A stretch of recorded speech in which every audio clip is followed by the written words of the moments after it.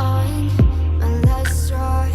I'm broken and I'm broken. I'm done. Assalamualaikum sahabat maritim.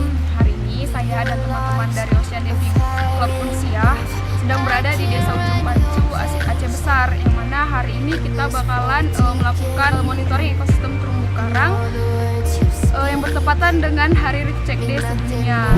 Reef Check merupakan salah satu bentuk pendekatan saintifik untuk mengetahui kondisi ekosistem terumbu karang. Alasan dilakukan Reef Check ini adalah sebagai salah satu bentuk kepedulian terhadap lingkungan laut, terutama untuk bentuk penyelamatan terhadap ekosistem terumbu karang. Nah, pulau di belakang saya ini merupakan salah satu titik dari 8 titik Reef Check yang dilakukan oleh Ocean Diving Club Unsiah di Aceh.